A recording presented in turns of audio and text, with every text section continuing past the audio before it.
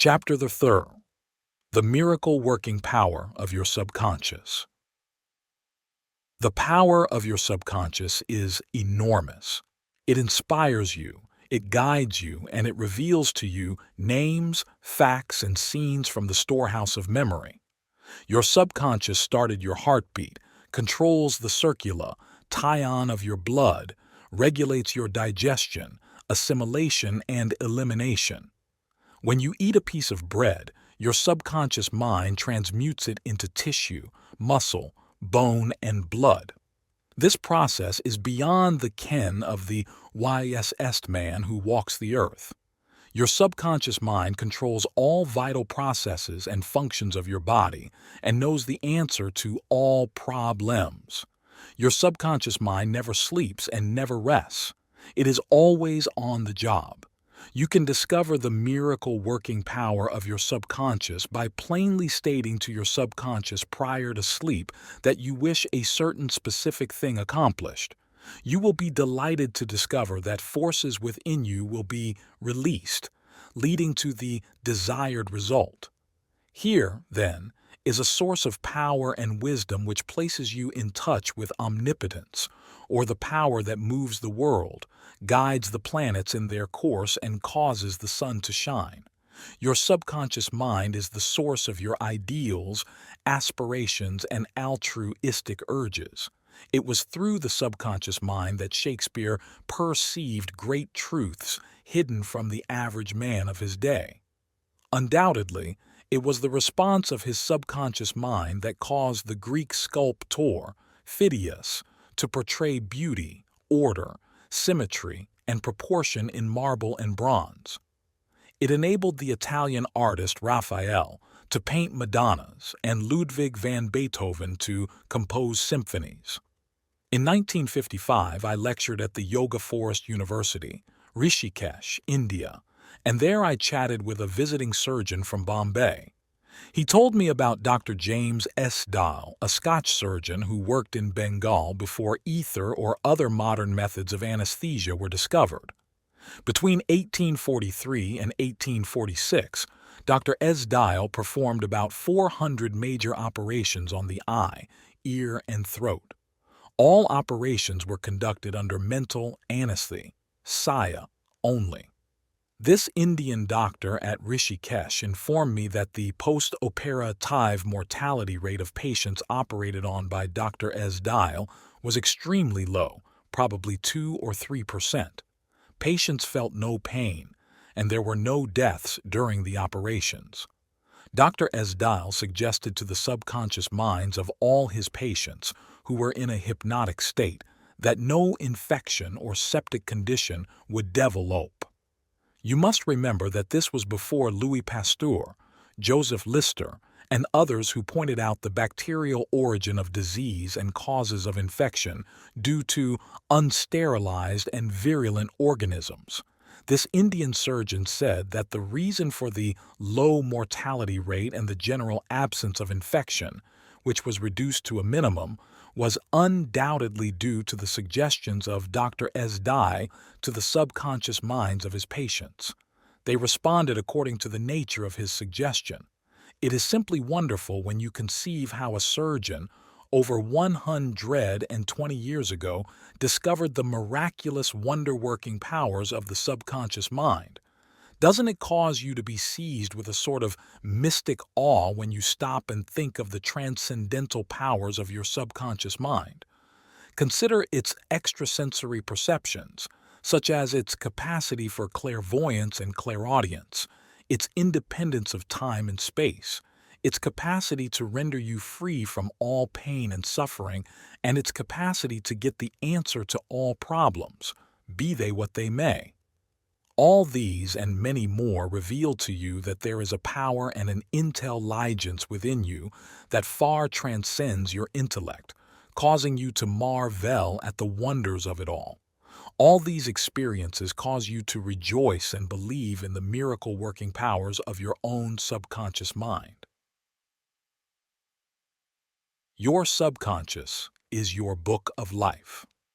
Whatever thoughts, beliefs, opinions, theories, or dogmas you write, engrave, or impress on your subconscious mind, you shall experience them as the objective manifestation of circumstances, conditions, and events. What you write on the inside, you will experience on the outside.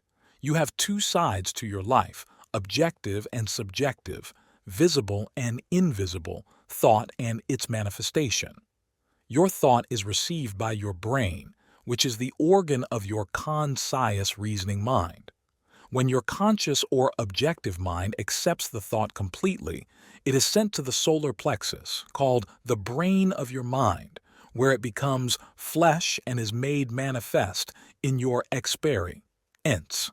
As previously outlined, your subconscious cannot argue. It acts only from what you write on it. It accepts your verdict of the conclusions of your conscious mind as final.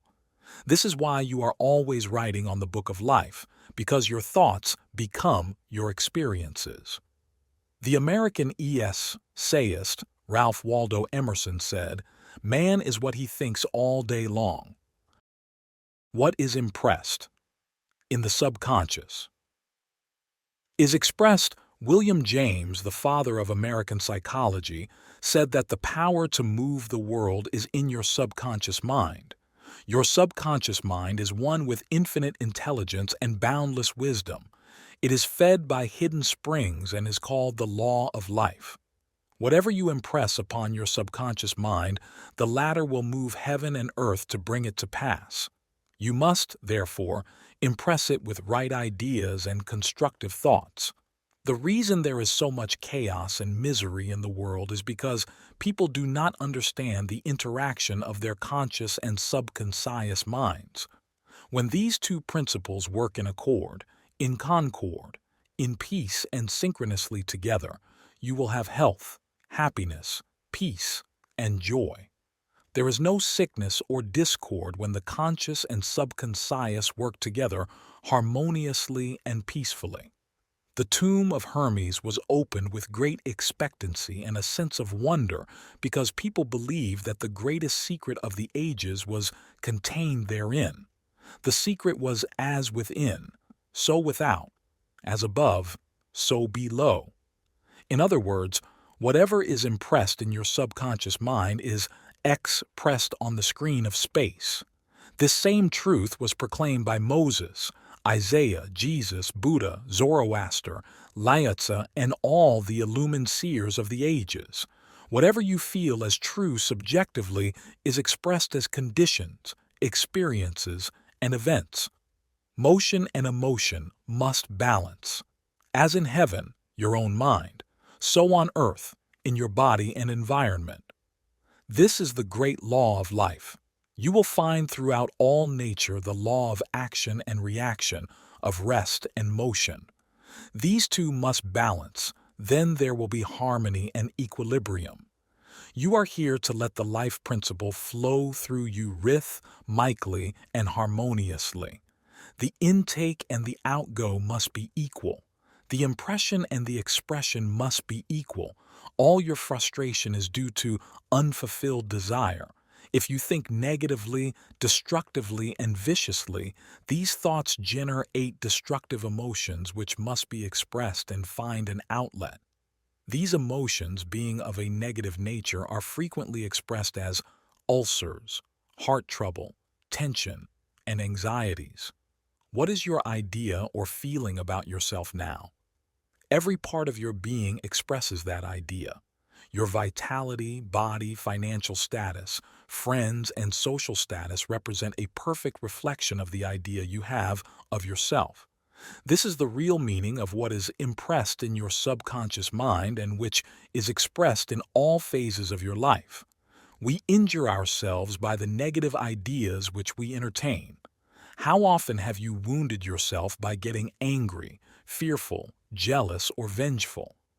These are the poisons that enter your subconscious mind. You were not born with these negative attitudes. Feed your subconscious mind life-giving thoughts and you will wipe out all the negative patterns lodged there. As you continue to do this, all the past will be wiped out and remembered no more. The subconscious heals. A malignancy of the skin. A personal healing will ever be the most convincing evidence of the healing power of the subconscious mind. Over 40 years ago, I resolved a malignancy of the skin through prayer. Medical therapy had failed to check the growth, and it was getting progressively worse. A clergyman with a deep psychological knowledge explained to me the inner meaning of the 139th Psalm, wherein it says, "In thy book all my members were written, which in continuance were fashioned, when as yet there was none of them." He explained that the term book meant my subconscious mind, which fashioned and molded all my organs from an invisible cell. He also pointed out that inasmuch as my subconscious mind made my body, it could also recreate it and heal it according to the perfect pattern within it. This clergyman showed me his watch and said, "This had a maker, and the watchmaker had to have the idea first in mind before the watch became an objective reality, and if the watch was out of order, the watchmaker could fix it." My friend reminded me that the subconscious intelligence, which created my body, was like a watchmaker, and it also knew exactly how to heal, restore, and direct all the vital functions and processes of my body, but that I had to give it the perfect idea of health. This would act as cause, and the effect would be a healing. I prayed in a very simple was as follows. My body and all its organs were created by the infinite intelligence in my subconscious mind. It knows how to heal me. Its wisdom fashioned all my organs, tissues, muscles, and bones. This infinite healing presence within me is now transforming every atom of my being, making me whole and perfect now. I give thanks for the healing I know is taking place now. Wonderful are the works of the creative intelligence within me. I prayed aloud for about 5 minutes, 2 or 3 times a day, repeating the above simple prayer. In about 3 months, my skin was whole and perfect. As you can see, all I did was give life-giving patterns of wholeness, bow tie, and perfection to my subconscious mind, thereby obliterating the negative images and patterns of thought lodged in my subconscious mind, which were the cause of all my trouble. Nothing appears on your body except when the mental equivalent is first in your mind, and as you change your mind by drenching it with incessant affirmatives, you change your body. This is the basis of all healing. Marvelous are thy works, and that my soul, subconscious mind, knoweth right well. Psalm 139:14. How the subconscious controls all functions of the body. While you are awake or sound asleep upon your bed, the ceaseless, tireless action of your subconscious mind controls all the vital organs of your body without the help of your conscious mind. For example, while you are asleep, your heart continues to beat rhythmically, your lungs do not rest, and the process of inhalation and exhalation, whereby your blood absorbs fresh air, goes on just the same as when you are awake. Your subconscious controls your digestive processes and glandular secretions, as well as all the other mysterious operations of your body. The hair on your face continues to grow whether you are asleep or awake. Scientists tell us that the skin secretes much more perspiration during sleep than during the waking hours. Your eyes, ears, and other senses are active during sleep. For instance, many of our great scientists have received answers to perplexing problems while they were asleep. They saw the answers in a dream. Oftentimes, your conscious mind interferes with the normal rhythm of the heart, lungs, and functioning of the stomach and intestines by worry, anxiety, fear, and depression. These patterns of thought interfere with the harmonious functioning of your subconscious mind.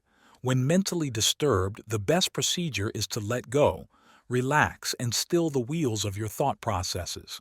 Speak to your subconscious mind, telling it to take over in peace, harmony, and divine order. You will find that all the functions of your body will become normal again. Be sure to speak to your subconscious mind with authority and conviction, and it will conform to your command. Your subconscious seeks to preserve your life and restore you to health at all costs.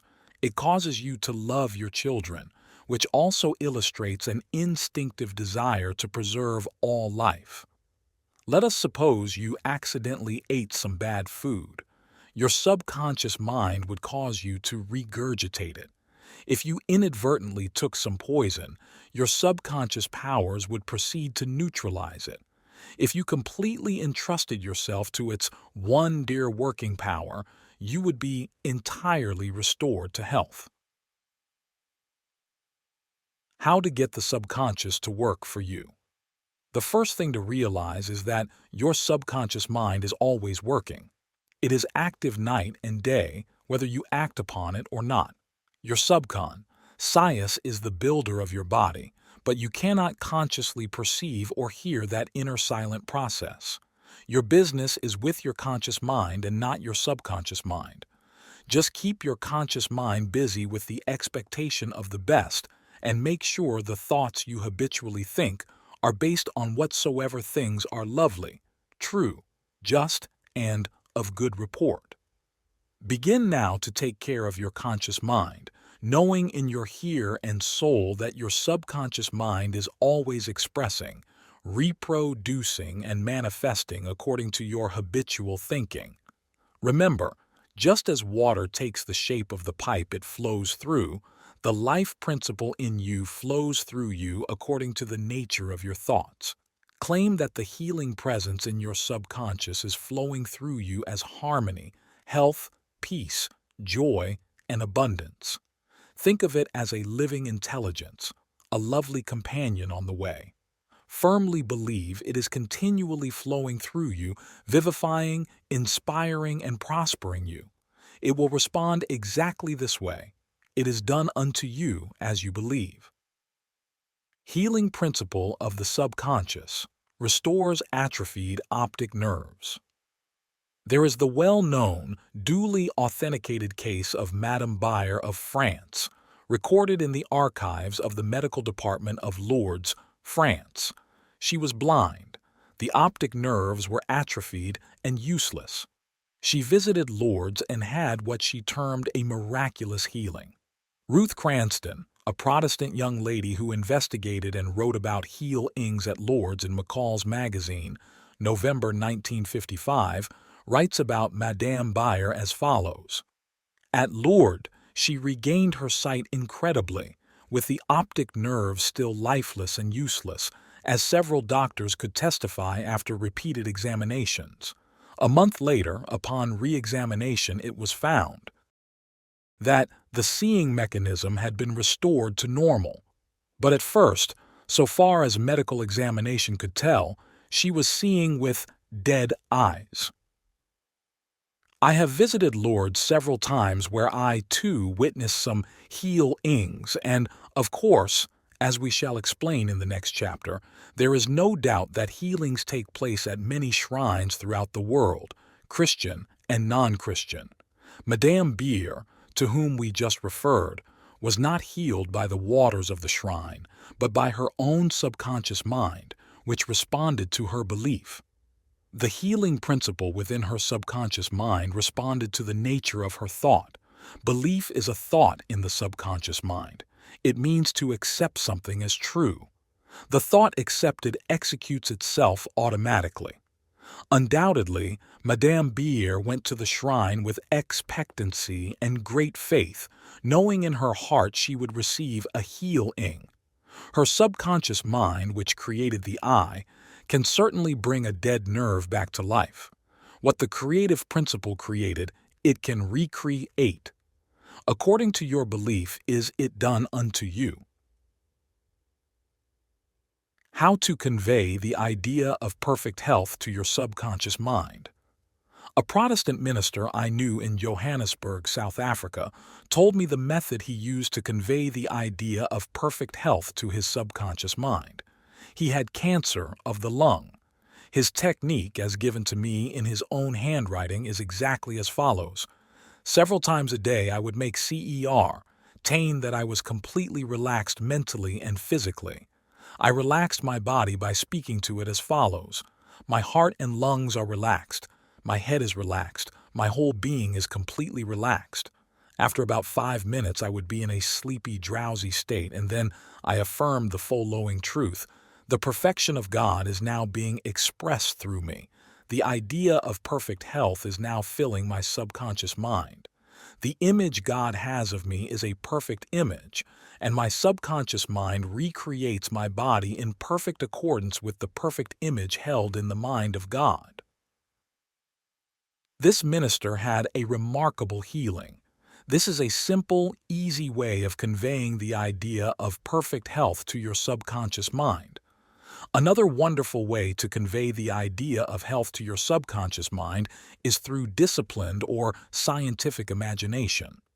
I told a man who was suffering from functional paralysis to make a vivid picture of himself walking around in his office, touching the desk, answering the telephone, and doing all the things he ordinarily would do if he were healed. I explained to him that this idea and mental picture of perfect health would be accepted by his subconscious mind. He lived the role and actually felt himself back in the office. He knew that he was giving his subconscious mind something definite to work upon.